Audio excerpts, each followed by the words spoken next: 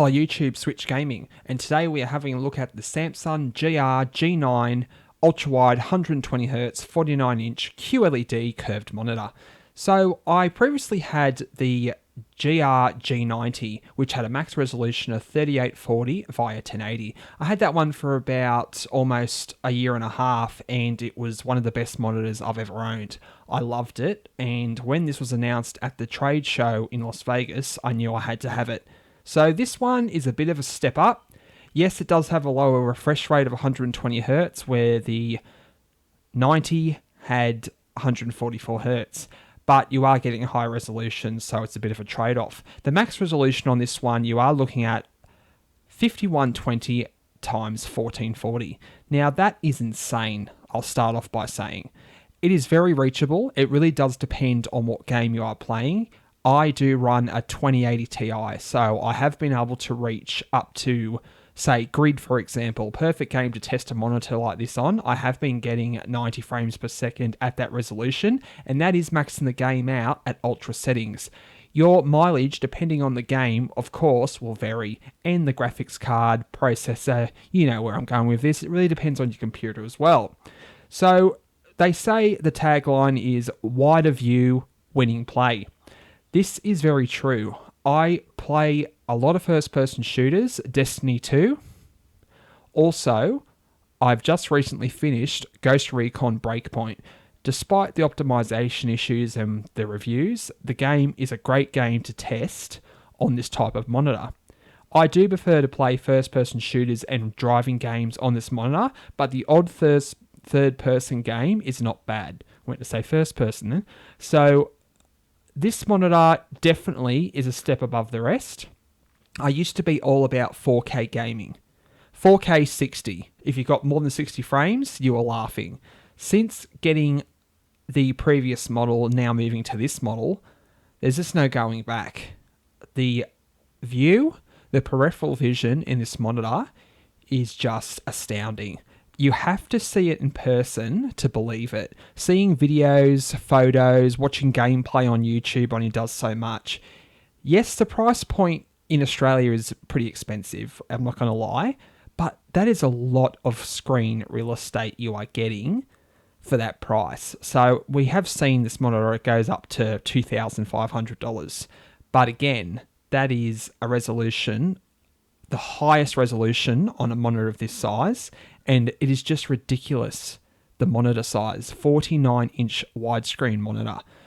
I mean, once you've played Forza, Grid, racing games, flight simulators with this type of monitor, you can't go back. And to be honest, 4K gaming, I could not care less about anymore. I would rather have a lower resolution and have it like this than go 4K.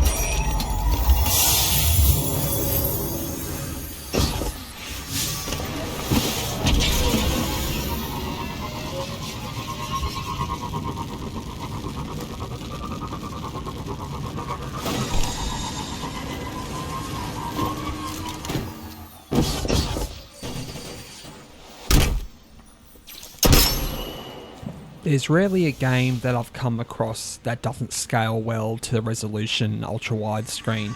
If there is a problem with scaling, it's normally from a smaller studio, so say an indie developer or something that hasn't got support. And sometimes the support does come after, but it's very rarely that I've actually run into this, because I also do play a lot of indie games, and a lot of the time the resolution is supported. So I do have a 4K monitor as a backup, or what you can do is run 4K and it just has black bars on both sides. So it's like using a 4K monitor in the middle of the monitor.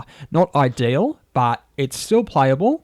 But like I said, support is getting better. I remember when I first got my 49-inch 90, the resolution, yeah, it was supported by the big AAA studios, but I had a lot of issues trying to get widescreen to work on smaller developer games. I have noticed the support has picked up, and also before a game's released, most of the time they do state they do support ultra widescreen at release, if not thereafter. So not all end all, but it can be a bit of an issue, especially when you're really excited about a game and you want to have it widescreen and there isn't any support. So the mileage does vary, but support is definitely out there and it is definitely getting better for this type of monitor. Now to some negatives. It has all been positive so far. So with the monitor, straight away, I think the stand isn't that good quality. I actually had a monitor and it fell off the wall after a day and completely smashed, and I was unable to get my money back. So I learned not to wall mount them either, cause the weight of them, I just don't trust it. So if you've seen from the video, I actually have it on 2 monitor stands and I find that much more secure. Bit of a pain in the ass as well, trying to get to the ports at the back and trying to move the monitor around, because the monitor is so wide, you kind of need 2 people just to connect HDMI or DPI cables. So it is very user friendly in a way, but also if you're just trying to do the common thing like connect cables, it can be a bit of a nightmare. Going into the menu system as well, the menu on the monitor, it's quite simple. Nothing out of the ordinary. You have your refresh rate, your HDR options, HDMI black levels, color levels, pretty much anything you can expect on a normal monitor. It's all there. You went out of the box. I didn't have to touch the monitor at all. It's already set at 120 Hertz and through NVIDIA control panel. FreeSync's all on there, ready to go. Color gambit's excellent. HDMI, all set. Everything's great. HDR levels, perfect. And you can adjust the HDR levels in most games anyway. So straight out of the box, the monitor's ready to go. Plug it in, connect it, and you are swimming. I've got to admit, this is a fantastic monitor. Definitely one of the best ones. If you're on the fence about widescreen gaming, honestly, just look at this video. Obviously, when you use a widescreen monitor, you're not going to have black bars on the top and bottom. That's because of YouTube, the way the videos are. Of course, you're not viewing on a widescreen monitor. So it's frustrating that you can't see what I see, but the aspect ratio does give you the idea of how much you can actually see when you're in-game and using the monitor.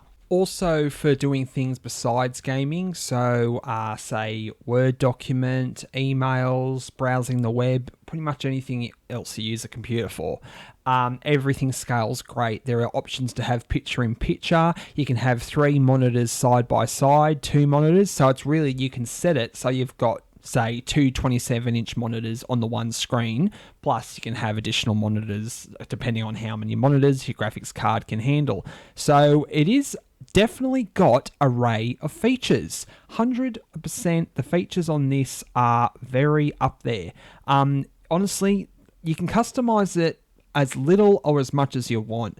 I really can't recommend it enough. Honestly, you don't have to go even the 49-inch widescreen monitor. There's anywhere from 38, 40, 45. The amount of widescreen monitors now is ridiculous. Lower resolutions, higher resolutions, different technologies, different brands. It's really come a long way, and I am fully invested to the future of widescreen gaming.